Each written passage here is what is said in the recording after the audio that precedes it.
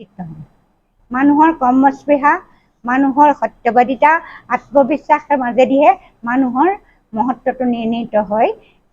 জাতি অনুসূচিত জাতি হ'ল বুলি ৰাধিকা কেতিয়াও কম নাৰী নহয়, যিগৰাকী নাৰীয়ে নাৰী জাতিক, সক্ষম নাৰী জাতিক, আগবাঢ়ি যোৱা নাৰী জাতিক এটা প্ৰতিনিধিত্ব কৰিছে। এই পঞ্চদশ শতিকাতে এই প্ৰমাণ মহাপুৰুষ শ্ৰীমন্ত শংকৰদেৱে কৰি দি থৈ গ'ল ৰাধিকা শান্তিৰ যোগেদি।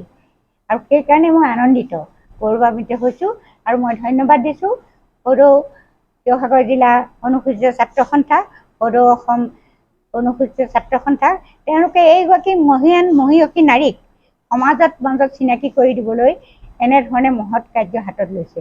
প্ৰকৃতাৰ্থত আমাৰ চৰকাৰেও এইগৰাকী নাৰীৰ ওপৰত যথেষ্ট ধ্যান দিয়াটো উচিত বুলি মই ভাবোঁ। কাৰণ এনে নাৰী শক্তিয়ে বৰ্তমানখনৰ যি কলুষিত সমাজ, যিখন সমাজ এতিয়া আমি চকুৰ আগত দেখিবলৈ পাইছোঁ, কেওফালে হত্যা, ধৰ্ষণ, লুণ্ঠন, এইখিনি দূৰীকৰণ কৰিব পাৰিব নাৰী জাতিয়ে, নাৰী শক্তিয়ে।